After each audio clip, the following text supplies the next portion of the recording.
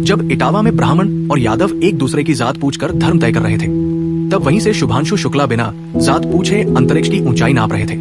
किसी यादव ने कथा सुनाई और किसी ने कहा ये शूद्र है, ये कथा नहीं कह सकता।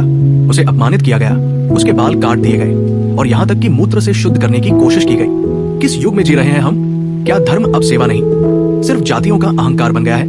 क्या ज्ञान अब गिने चुने खून में बंद कर रह गया है? जब शुभांशु शुक्ला स्पेस में है, वो किसी की जात नहीं पूछ रहे, वो किसी का डीएनए नहीं देख रहे, वो भारत को ऊंचा कर रहे हैं। आज जरूरत है बदलाव की। जाति नहीं, इंसानियत देखो, धर्म नहीं, कर्म देखो। वेद पुराण की रक्षा तब होगी जब उन्हें सभी पढ़ सके, समझ सके। आज इटावा की गलियों में नहीं, बल्कि अंतरिक्ष में भारत की असली पहचान बन रही है।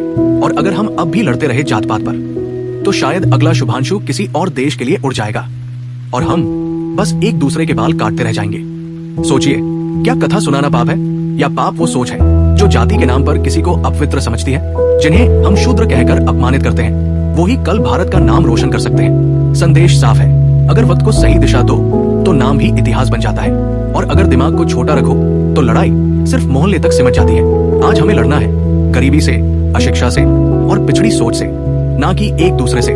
अगर शुभांशु कर सकते हैं तो भारत का हर बच्चा, हर नौजवान कुछ बड़ा कर सकता है। बस जरूरत है सोच बदलने की।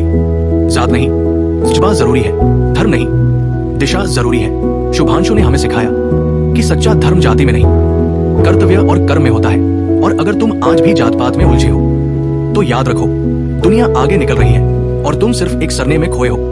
अब फैसला आपको करना है, जाति चुनेंगे या ज्ञान, गर्व करेंगे या गर्व मिटाएंगे। अगर आप भी भारत के ऐसे बेटों पर गर्व करते हैं तो इस वीडियो को लाइक करें, चैनल को सब्सक्राइब करें और ये संदेश हर उस व्यक्ति तक पहुंचाएं जिसे अब भी बदलाव की जरूरत है। जय हिंद।